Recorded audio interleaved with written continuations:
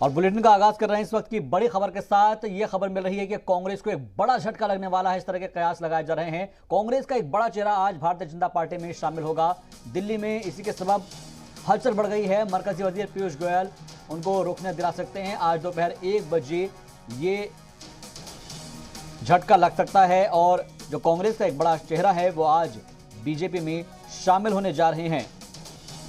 इस वक्त की बड़ी खबर और अहम खबर, कांग्रेस को एक बड़ा झटका लग सकता है। कांग्रेस का एक बड़ा चेहरा आज भारतीय जनता पार्टी का दामन थाम लेगा और इसी को लेकर इस वक्त दिल्ली में काफी हलचल देखने को मिल रही है। मरकजी वजीर पीयूष गोयल उनको रुकने दिला सकते हैं।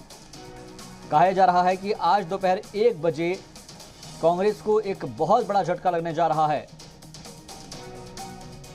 जो खबर मिल रही है उसके मुताबिक बताया जा रहा है कि कांग्रेस का एक बड़ा चेहरा आज भारतीय जनता पार्टी में शामिल होगा और इसी को लेकर दिल्ली में इस वक्त काफी हलचल तेज देखने को मिल रही है।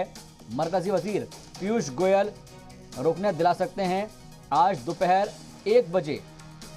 इस पर हमारी नजर बनी हुई है कि आखिर कौन वो बड़ा चेहरा है वो आपको बताएंगे और क्या इसके पीछे की वजूहात होगी ये भी जानने की कोशिश करेंगे और इसके सियासी मायने आगे क्या निकलेंगे ये भी समझने की कोशिश करेंगे। लेकिन फिलहाल जो खबर मिल रही है वो बेहद चौंकाने वाली खबर है जिसमें कांग्रेस को एक बड़ा झटका लग सकता है। कांग्रेस का एक बड़ा चेहरा आज भारतीय जनता पार्टी में शामिल होगा, ये कयास लगाए जा रहे हैं और इसी को लेकर दिल्ली में इस वक्त काफी हलचल तेज हो गई है।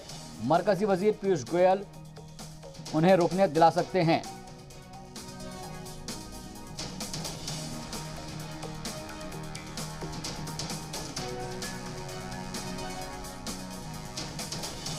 तो आखिर वो कौन चेहरा है जो बीजेपी में शामिल होने जा रहा है? कौन वो चेहरा है जो कांग्रेस से नाता तोड़कर भारतीय जनता पार्टी का दामन थाम लेगा? बस कुछ ही वक्त का इंतजार है और 1 बजे ये बात साफ हो जाएगी कि कौन वो शख्स है। एक और बड़ी खबर का रुख कर रहे हैं। उत्तराखंड से बीजेपी के रुकने पार्लियामान और कौमी तर्जुमान अनिल बनोनी ने ट्वीट किया है। लिखा है कि आज दिग्गज जो हैं वो दोपहर 1 बजे बीजेपी में शामिल होंगी। बीजेपी हेडक्वार्टर में वो रुकनियत ले सकते हैं। तो ये एक बड़ा चेंज होने जा रहा है उत्तराखंड की सियासत से जोड़कर अगर इसे हम देखें तो। लेकिन अभी कुछ भी कहना बेहद जल्दबाजी होगा। लेकिन उत्तराखंड से बीजेपी के रुकने पार्लियामेंट और कौमी तर्जुमान अनिल बनोनी का ये ट्वीट है और जिसमें उन्होंने लिखा है कि आज एक दिग्गज शख्सियत दोपहर 1 बजे बीजेपी में शामिल होगी। बीजेपी हेडक्वार्टर में रुकनियत ले सकते हैं वो। आखिर कौन वो शख्स हैं जो भारतीय जनता पार्टी का दामन थाम लेंगे और कांग्रेस को बाय बाय कह देंगे? इस पर से पर्दा उठना भी बाकी है। लेकिन जाहिर तौर पर कह सकते हैं कि एक बहुत बड़ा बदलाव या एक बहुत बड़ा झटका कांग्रेस पार्टी को लगने जा रहा है। इस तरह की खबर मिल रही है। उत्तराखंड से बीजेपी के रुकने पार्लियामेंट और कौमी तर्जुमान अनिल बलूनी ने यह ट्वीट करते हुए लिखा है कि आज एक दिग्गज शख्सियत दोपहर 1 बजे भारतीय जनता पार्टी में शामिल होगी और बीजेपी हेडक्वार्टर में वो रुकनियत ले सकते हैं। आखिर कौन वो शख्सियत है, कौन वो कांग्रेस का चेहरा है जो भारतीय जनता पार्टी का दामन थामने जा रहा है? क्योंकि अनिल बनोनी की जो ट्वीट है उससे इस बात का अंदाज़ा लगाया जा सकता है कि वाकई में कोई बड़ी शख्सियत है जो कि भारतीय जनता पार्टी में शामिल होने जा रही है। अब ये देखना बेहद दिलचस्प होगा कौन वो शख्स हैं जो कि भारतीय जनता पार्टी का दामन थामेंगे। और ऐसे में ये भी कयास लगाए जा रहे हैं कि क्या उत्तराखंड की सियासत में इसके बाद से एक भूचाल आने जा रहा है या फिर और जो अलग अलग सियासत, अगर हम अलग अलग रियासतों की बात करें तो क्या कोई इसके बाहर का भी चेहरा शामिल होगा? ये अभी तक सस्पेंस बरकरार है। लेकिन फिलहाल जो बड़ी खबर और बड़ा अपडेट है वो ये है कि उत्तराखंड से बीजेपी के रुकने पार्लियामेंट और कौमी तर्जुमान अनिल बलूनी ने ट्वीट किया है और लिखा है कि आज एक दिग्गज शख्सियत दोपहर 1 बजे भारतीय जनता पार्टी में शामिल होगी। बीजेपी हेडक्वार्टर में वो रुकनीत ले सकते हैं।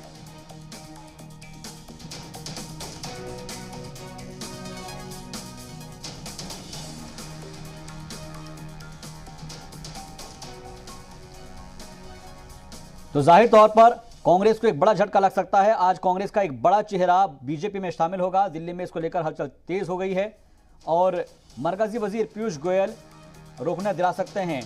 इंतजार किया जा रहा है अब से तकरीबन 55 मिनट बाद का, यानी कि 1 बजे का वक्त बताया जा रहा है, जिसमें कहा यह जा रहा है कि 1 बजे इस नाम का खुलासा होगा कि आखिर कौन वो बड़ी शख्सियत है जो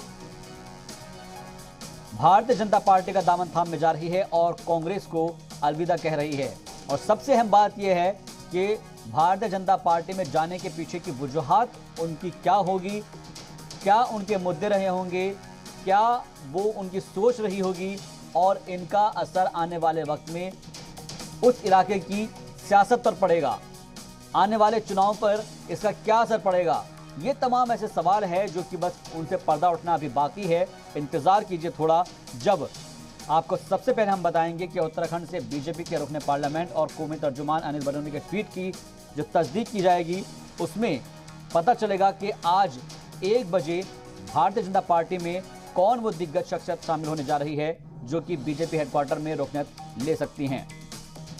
कौन वो चेहरा है जो कि कांग्रेस को अलविदा कहते हुए कांग्रेस का हाथ छोड़कर बीजेपी का दामन थाम लेगा, भारतीय जनता पार्टी का कमल का परचम बुलंद करेगा। ये वो कौन शख्सियत होगी, ये जानना बेहद ज़रूरी है और उसका सीधे तौर पर आने वाले वक्त की सियासत पर और आने वाले राज्यों के चुनावों पर भी पड़ सकता है। जाहिर सी बात है, जब कोई बड़ा लीडर किसी दूसरी पार्टी में शामिल होता है तो उनके साथ तमाम बड़े कारकुनान भी मौजूद होते हैं जो कि उनके साथ साथ उस पार्टी में शिफ्ट कर जाते हैं।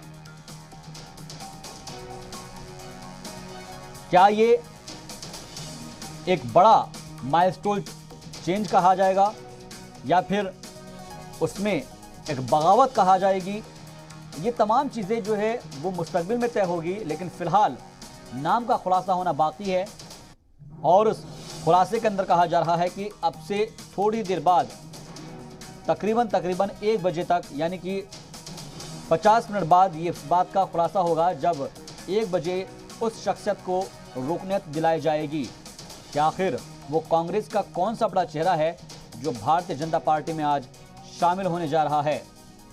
और इसी को लेकर कहा ही जा रहा है कि आज दिल्ली में हलचल तेज हो गई है। मरकजी वजीर पीयूष गोयल उस शख्सियत को रुकनीत दिलाएंगे, ये भी कहा जा रहा है। और 1 बजे एक बड़ा झटका कांग्रेस को लग सकता है। कांग्रेस का एक बड़ा चेहरा आज भारतीय जनता पार्टी का दामन थामने जा रहा है और इसी को लेकर दिल्ली में एक हलचल काफी तेज हो गई है।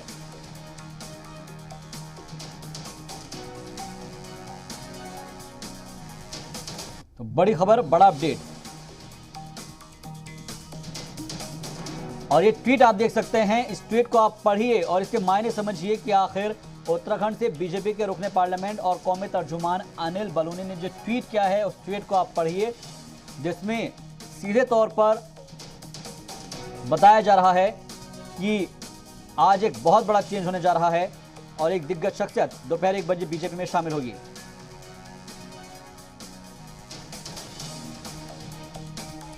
और इस खबर पर ज्यादा अपडेट के लिए हमसे बातचीत करने के लिए शेख इरफान साहब जुड़ गए हैं, एडिटर हैं जी सलाम के। सर, आपका बहुत बहुत इस्तकबाल है जी सलाम पर। मैं आपसे समझना चाहूंगा कि आखिर कौन वो शख्सियत है जो कि भारतीय जनता पार्टी में शामिल होने जा रही है कांग्रेस का हाथ छुड़ाते हुए।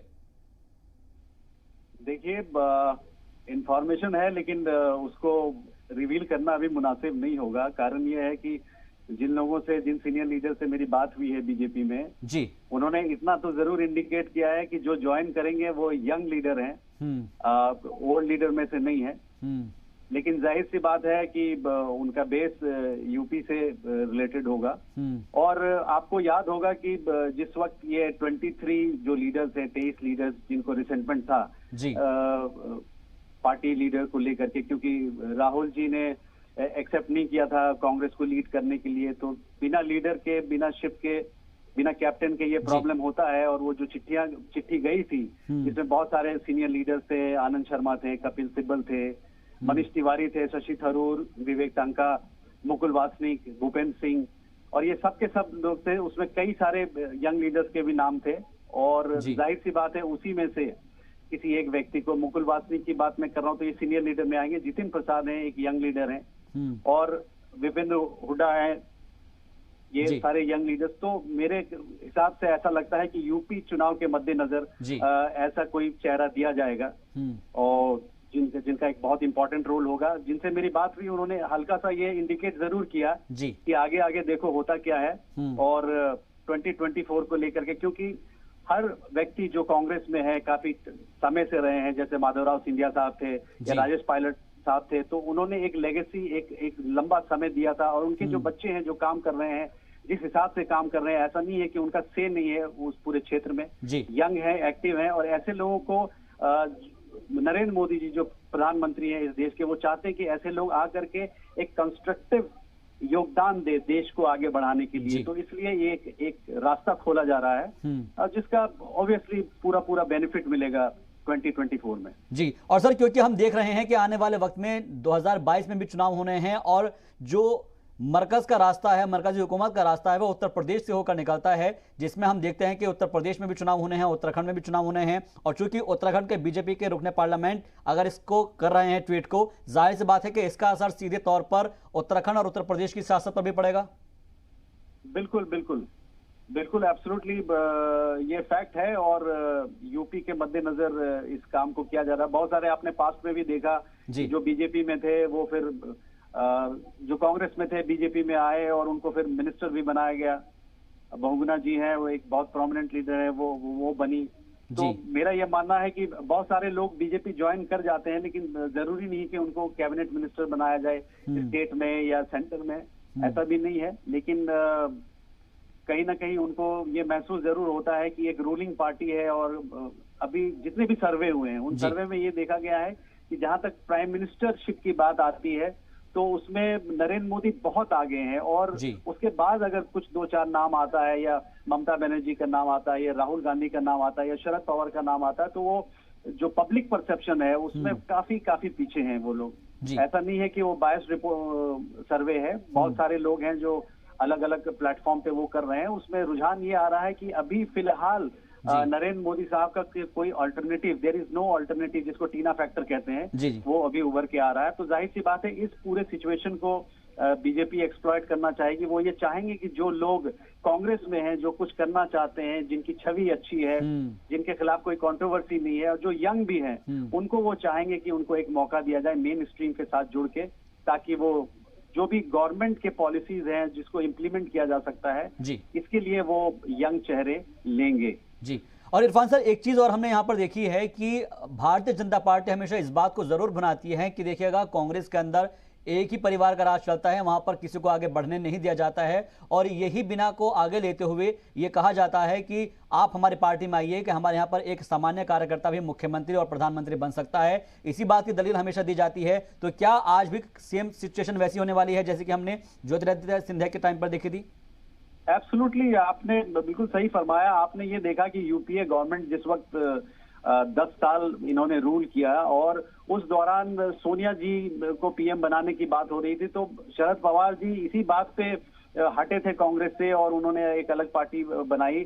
और ये उन्होंने, सोनिया जी ने खुद रिफ्यूज किया कि हमें पीएम सीट में नहीं बैठना है, और उसी कॉन्टेक्स्ट में डॉक्टर मनमोहन सिंह को प्राइम मिनिस्टर बनाया गया। तो जाहिर सी बात है कि ये जो एक स्टिग्मा कहे, या जो कि लोग ये कहते हैं कि बार बार एक ही फैमिली को जो है वो रूल कर रही है, और एक ही परिवार से, वो गांधी परिवार की बात बार बार हो रहा, लोग कह रहे हैं, और रिमोट कंट्रोल की बात कहते रहे कि 10 जनपद ही सब कुछ कंट्रोल कर रहा। तो इस चीज से हटने के लिए, इस चीज से कांग्रेस को बचाने के लिए राहुल गांधी ने डेलिबरेटली इस चीज को कहा है कि मुझे वहां पे नहीं बैठना है, जिसकी वजह से उन्हें ऐसा महसूस होता है। उनका ये रिसर्च है, उनको ये फीडबैक मिला है वॉर रूम से कि अगर वो हटेंगे और पीछे से भी अगर सपोर्ट करेंगे, तो कांग्रेस को बहुत एडवांटेज मिल सकता है। लेकिन बार बार ये देखा गया कि जितने भी इलेक्शंस हुए हैं, चाहे असेंबली इलेक्शंस हुए, आपके लोकसभा इलेक्शन, उसमें ग्राफ लगातार गिरता गया है, लगातार गिरता हुआ है। तो इसी वजह से मेरा यह मानना है कि इस चीज को, इस वैक्यूम को, इस लैकुना को बीजेपी अपने एडवांटेज में 101% उसको इस्तेमाल करेगी। और इसका डिसएडवांटेज भी हो रहा है कि एक ही परिवार का जो व्यक्ति है वो रूलिंग फॉर्मेट पे आना चाहता है। जी बिल्कुल सही कहा आपने। जी, और इरफान सर एक चीज़ और मैं आपसे समझना चाहूँगा, क्योंकि आपका सियासत की जो खबरें हैं और सियासत से काफ़ी ज़्यादा ताल्लुक रहा है कि आपने बहुत करीब से उन लीडरान को कवर भी किया है। मैं एक चीज़ आपसे समझना चाहूँगा कि हमने जब देखा था कि बिहार के चुनाव हुए थे और किस तरीके से यहाँ पर कांग्रेस के ऊपर ठीकरा फोड़ दिया गया था कि भाई आरजेडी इसलिए सत्ता में नहीं क्योंकि कांग्रेस उनके साथ थी, यूपी के इलेक्शन होते हैं समाजवादी पार्टी इसलिए सत्ता में नहीं आती है क्योंकि कांग्रेस साथ थी। तो क्या एक तरीके से कांग्रेस जो है उन पार्टियों के लिए, जो क्षेत्रीय पार्टियां हैं उनके लिए एक तरीके से ब्लैक स्पॉट बन गई है कि भाई वो आगे भी ना तो खुद बढ़ रही है और ना ही दूसरे को जो बढ़ता है उसको भी पीछे खींच लेती है?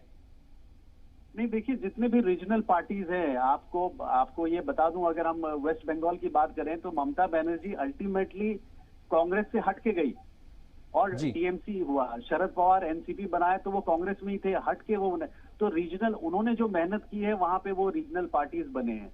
चाहे आप अब बाबरी मस्जिद डेमोलिशन के बाद में जो है, जो रीजनल पार्टीज को एक मोमेंटम मिला, चाहे आप बीएसपी की बात करें, चाहे सपा के जो मुस्लिम वोट है, देखिए मुस्लिम वोट और दलित वोट, ये जो पहले जो मुस्लिम वोट और दलित वोट जो कांग्रेस की तरफ था, जब किसी भी तरीके का डिस्टर्बेंस होता है जिससे कि एक पर्टिकुलर कम्युनिटी इफेक्ट होता है तो वो वोट शिफ्ट हो जाता है। तो यूपी की बात हम करें तो डेमोलिशन के बाद, बाबरी मस्जिद डेमोलिशन के बाद ये हुआ था कि वो सारे जो वोट्स है वो कांग्रेस के पास जो थे, वो मुस्लिम वोट शिफ्ट करके वो रीजनल पार्टीज के पास, वो शिफ्ट वाइज होता है। पहले सपा का एक टेन्योर होता है, उसके बाद बसपा का एक टेन्योर होता है, लेकिन ये सारे जो वोट धीरे धीरे जो ब्राह्मण वोट से, अपर कास्ट वोट से बीजेपी की तरफ आए, तो इसको भी बिल्ड करने में एक बड़ा लंबा समय लगा। शुरुआती दौर में देयर वर जस्ट 2 MP, मतलब अटल बिहारी वाजपेयी और LK आडवाणी जी, उसको यहाँ तक लाने में 284 + 300 लाने में एक बड़ा लंबा समय लगा और एक ट्रस्ट बिल्ड करना हुआ। और फिर ये जो प्रोग्रेसिव जो गवर्नमेंट की बात है, जो सबका साथ, सबका विकास की बात, सबका विश्वास को बार बार ये कहते हैं, तो ये एक ब्रिज बनाने की कोशिश हो रही है जिससे कि कम से कम जो मुस्लिम वोट है, क्योंकि एक मुस्लिम वोट है 100 हिंदू वोट के बराबर है। अगर एक कोई मुसलमान बीजेपी को वोट देता है, ये कॉन्फिडेंस बिल्डिंग एक्सरसाइज है। ये सिर्फ मैसेज इंडिया में ही नहीं, पूरे साउथ एशिया में, पूरे दुनिया में ये मैसेज जाता है कि ये एक ऐसा गवर्नमेंट है जो सबको साथ में लेके चल रही है, और इससे बीजेपी की जो ब्रांड बिल्डिंग है वो बहुत ज्यादा बढ़ जाता है। उसी तरीके से दलित वोट का आना, तो ये सारा उसी का एक प्रोसेस है। और ब्राह्मण जो वोट्स है उनके कॉन्फिडेंस को जीत के रखने की बात है। तो ये सारा इक्वेशंस को देख करके वो लीडर्स को अपने तरफ वो अट्रैक्ट करेंगे, आकर्षित करेंगे और लेंगे। बिल्कुल, बहुत बहुत शुक्रिया सर हमसे बातचीत के लिए और बताने के लिए। और उम्मीद की जानी चाहिए कि 1 बजे उस नाम को रिवील किया जाएगा। अभी जो सूत्रों से जानकारी हासिल हो रही है, बस इतना पता चल पाया है कि वो यंग लीडर है। अभी देखना है कि कौन सा वो यंग लीडर है जो कि भारतीय जनता पार्टी का दामन थाम लेगा। और फिलहाल के लिए मेरे साथ इस बुलेटिन में बस इतना ही। दीजिए इजाजत, देखते रहिए जी सलाम।